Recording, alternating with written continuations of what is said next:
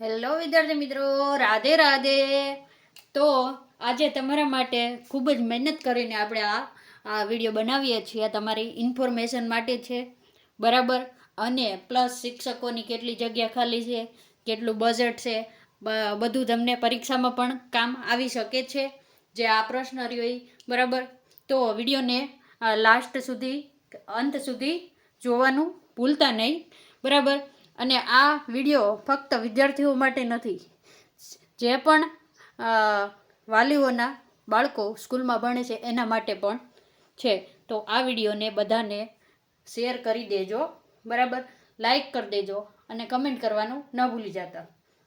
તો આપણે વિડીયોને શરૂ કરીએ છીએ કે શાળાઓમાં કુલ કેટલી ખાલી જગ્યા છે. ખાલી જગ્યા એટલે કે બધી આવી જાય, કે ટોટલ કેટલો સ્ટાફ ઘટે છે, બરાબર. તો કે 1 થી 8 ધોરણમાં પ્રાથમિક શાળા, બરાબર. 1 થી 8 ધોરણ, તો કે કેટલા શિક્ષકોની ઘટ છે. ખાલી જો અહીંયા શિક્ષકોની જ વાત થાય છે તો કે 16,000 પ્લસ શિક્ષકોની જગ્યા ખાલી છે. અને તમને ખબર છે આ 16,000 શિક્ષકોની ઘટ છે.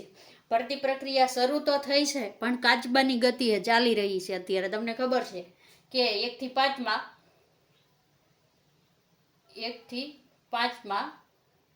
11,000 શિક્ષકોની ભરતીના ફોર્મ ભરાઈ ગયા છે, પણ મેરિટના એનું કાંઈ હજી ફાઇનલ છે નહીં, ક્યારે આવશે, બરાબર. તો આના માટે વૈકલ્પિક અત્યારે શું થઈ રહ્યું છે તો કે અહીંયા જ્ઞાન સહાયકના ફોર્મ ભરાઈ રહ્યા છે. અત્યારે જ્ઞાન સહાયક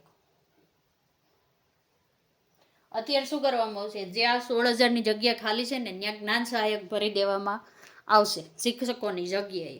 પણ જ્ઞાન સહાયક રહ્યા ને એ કંઈ કાયમી વિકલ્પ નથી, બરાબર.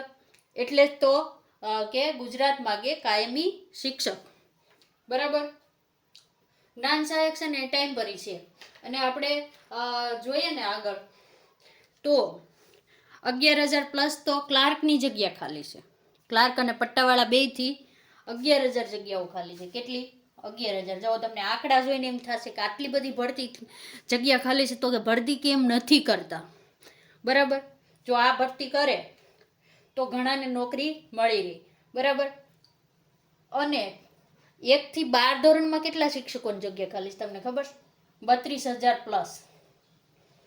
જો તમને ખબર છે અત્યારે ટેટ 1ની લેવાઈ ગઈ, ટાટ સેકન્ડરી, ટાટ હાઈ સેકન્ડરીની પ્રિલિમરી લેવાઈ ગઈ છે, મેઇન્સ બાકી છે, બરાબર. એના પછી એની પણ 3,000 પ્લસની જગ્યાઓ ખાલી છે ને એના ઉપર ભરતી આવશે. પણ ભરતી બધી કેવી રીતે થઈ રહી છે? ધીમી ગતિએ. કેવી? ધીમી ગતિ છે.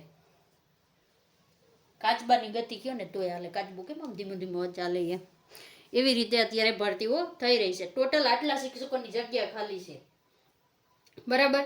તો ઉમેદવારોની માંગ શું છે અત્યારે ખબર છે તમને? કે કાયમી ભરતી કરો. જ્ઞાન સહાયકમાં તો ગમે ત્યારે છૂટા કરી દેશો. તો અત્યારે ઉમેદવારો એમ કહી રહ્યા છે કે કાયમી ભરતી કરો, બરાબર. આ ક્લાર્ક અને પટ્ટાવાળાની જગ્યા તો ઠીક છે, પણ તમે જો જોયું હોય ને તો કેટલા સમયથી વ્યાયામ શિક્ષકની પણ ભરતી નથી થઈ હો. વ્યાયામ અને ચિત્ર બંને શિક્ષકોની ભરતી જ નથી. આ ભરતી વર્ષોથી નથી થઈ, બરાબર. તો આની પણ ભરતી કરો. અને વ્યાયામ શિક્ષકોનો વચ્ચે એક પત્ર ફરતો થયો હતો કે વ્યાયામ શિક્ષકોને 1,100ની ભરતી કરવાની છે, બરાબર. પણ એ પત્ર સાચો છે ખોટો છે ને એ ન્યૂઝ કોઈને નથી ખબર. અત્યારે તમારે જોવો ને તો પીટીસીના એડમિશનની ડેટ હોત ને ઘણે આપી દીધી 15, પણ એ ઓફિશિયલી કોઈ માહિતી નથી. એ માહિતી સાચી છે ખોટી છે એનો કોઈ પુરાવો નથી, એટલે આપણે એનો પણ વિડીયો બનાવેલો નથી, બરાબર. તો કે આ શિક્ષકોની પણ ઘટ છે અત્યારે. હવે તમને એમ થશે શિક્ષકોની તો આટલી ઘટ છે, પણ રાજ્યમાં વર્ગખંડોની કેટલી અસર છે, બરાબર. જે વર્ગખંડો ઘટે છે, બરાબર. તો કે અત્યારે 40,000થી ઉપર વર્ગખંડો, એટલે તમારા આંકડો ગણીને જ ચાલવાનો, એટલા વર્ગખંડો ઘટે છે, બરાબર. અને 341 જેટલી શાળાઓ તો એવી છે જ્યાં એક જ વર્ગખંડ છે. કેટલો છે? એક જ ઓરડો છે સ્કૂલનો. એટલે કે 1 કિલોમીટરની અંદર વિસ્તારમાં જે સ્કૂલ હોય ને એમાં 1 અને 2 ધોરણ હોય ઘણી શાળામાં. તો ત્યાં એક જ વર્ગખંડ હોય. ઘણી શાળામાં 1 થી 5 ધોરણ હોય, બરાબર, સંખ્યા ન હોય, એટલે શું હોય, એક વર્ગખંડ હોય. એક વર્ગખંડ હોય ને એમાં 1 થી 5 ધોરણના બધા વિદ્યાર્થીઓ એક સાથે ભણતા હોય. 1 થી 5 ધોરણ એક સાથે એક ઓરડામાં ભણતા હોય, એક સાથે એક ઓરડામાં ભણતા હોય, બરાબર. તો આ શિક્ષણની સ્થિતિ ઘણી જગ્યાએ અત્યારે જોવા મળે છે. અંદાજે 341 સ્કૂલ એટલે કેટલા વિદ્યાર્થીઓનું ભાવિ અત્યારે ત્યાં આપણે માટે શબ્દ નથી એના માટે કે રોળાઈ રહ્યું છે, બરાબર. હવે તમે જ વિચાર કરો કે પ્રાથમિક શાળા છે ને શિક્ષણનો પાયો છે. હવે તમારો પાયો જ મજબૂત નહીં હોય તો તમે આગળ જઈને શું કરવાના, બરાબર. બાળક જ્યારે પહેલા ધોરણમાં જાય ને, હવે તમે વિચારો, આપણે ઉદાહરણ જોઈ લઈએ અત્યારે કે પહેલા ધોરણમાં બાળક દાખલ થયું, બરાબર. પહેલા ધોરણમાં શિક્ષક નથી. ઘણી સ્કૂલોમાં એક જ શિક્ષક છે. એક વર્ગખંડ તો ઠીક છે, ચાલે, પણ ઘણી સ્કૂલ એવી છે કે જ્યાં 1 થી 5 ધોરણમાં એક શિક્ષક છે. એ આચાર્ય એ છે, ભણાવવાવાળા એ છે, 1 થી 5 ધોરણ એ છે, ને બધા વિષય એક જ શિક્ષક લે છે, બરાબર. તો આ એક શિક્ષક માથે બોજ તો વધી જ ગયો, પણ એ ન્યાય કેટલો આપી શકશે વિદ્યાર્થીઓને? હવે પહેલા ધોરણવાળાને ભણાવે તો બીજા વાળાને શું કરવાનું? બીજા ધોરણવાળાને બેસવાનું કે સાથે સાથે 1 થી 5 ધોરણમાં બધાએ ભણવાનું. 5મા ધોરણવાળાએ પહેલા ધોરણના બુકો ટીચર ભણાવે એ ભણવાની, અને ચોથાવાળાએ ભણવાની, ત્રીજાવાળાએ ભણવાની, 5માની. અને જે નાનું ધોરણ છે, પહેલું ધોરણ, એને કાંઈ ટપો ના પડે. આપણે દેશી ભાષામાં કહીએ તો ટપો એટલે કે કાંઈ ખબર ના પડે. પણ જો શિક્ષક એક જ ક્લાસરૂમ હોય, બરાબર, અને શિક્ષક 5મું ધોરણ ભણાવતા હોય તો પહેલા ધોરણને એ માથેથી જાય કે એને કંટાળો આવે કે ના આવે? તો એવું પણ થોડું વિચારો. બાળક છે એ નાનો છે, કેવો છે બાળક? સાવ નાનો છે, રમવાની ઉંમર છે. તો શિક્ષકો આપો. બાળકો ન હોય ને જો શિક્ષણ સુધારવું હોય તો પણ તમારે શિક્ષકો આપવા પડશે, બરાબર. આ અત્યારે હાલની શિક્ષણની સ્થિતિ છે, આપણે નથી કહેતા. અને આ આંકડો તો વધારે તમને ચોંકાવી દેશે કે આ એક વર્ગખંડવાળી તો 341 સ્કૂલ છે જ, પણ એક શિક્ષકવાળીનો આંકડો જોશો ને અંદાજિત, તો આપણે લખીએ કે અહીંયા જ લખી દઈએ, ચાલો. એક શિક્ષકવાળી શિક્ષકવાળી અંદાજિત સ્કૂલ કેટલી તમને ખબર છે? 2673 સ્કૂલ. કેટલી? 2673 શાળાઓ છે જ્યાં એક જ શિક્ષક છે. તો કમસે કમ આમાં નહીં તો 40-50 વિદ્યાર્થી તો હશે. 40-50 નહીં હોય, હાલો 40-50 હોય તો 2 મળી જાય. આપણે વિચારીએ તો 10-15 હોય તોય ગણો, બરાબર. તો કેટલા વિદ્યાર્થીઓ અત્યારે એક શિક્ષક સાથે ભણી રહ્યા છે? તો હવે તમને એમ થશે કે આટલી બધી જગ્યા ખાલી છે, જ્ઞાન સહાયક ભરી દીધા છે, તો શું શિક્ષણનું બજેટ ઓછું છે? તો કે નહીં, શિક્ષણનું બજેટ તો બહુ જાજુ છે. કેટલું છે શિક્ષણનું બજેટ? છે ને 63,000 કરોડ રૂપિયા છે વાર્ષિક.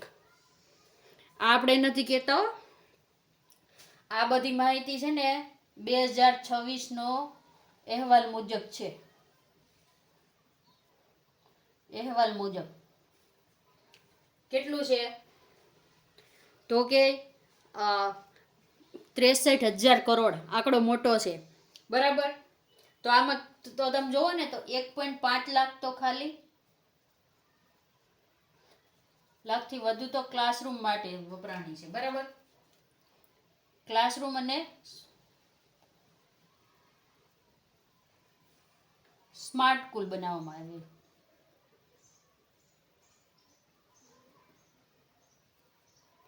તમને આંકડો જોઈને એમ થશે ઓહો 1.5 લાખથી વધુ ક્લાસરૂમ અને સ્માર્ટ સ્કૂલો બનાવવામાં આવી છે. સ્માર્ટ સ્કૂલ તો તમે બનાવી દીધી, પણ આ સ્માર્ટ સ્કૂલમાં ભણાવવાવાળા શિક્ષક ક્યાં? પ્રશ્ન થાય ને, શિક્ષક ક્યાં? ખાલી જો તમે ભૌતિક સુવિધા આપી દો અને એમ વિચારતા હોય કે શિક્ષણ સુધરી જાય, તો ક્યારેય ના સુધરે. જ્યારે વર્ગખંડમાં શિક્ષક હશે ને ત્યારે જ શિક્ષણની ગુણવત્તા સુધરશે, બરાબર. તો આના નિવારણ માટે શું કરવું પડે? તો કાયમી શિક્ષકોની ભરતી કરવી પડે, બરાબર.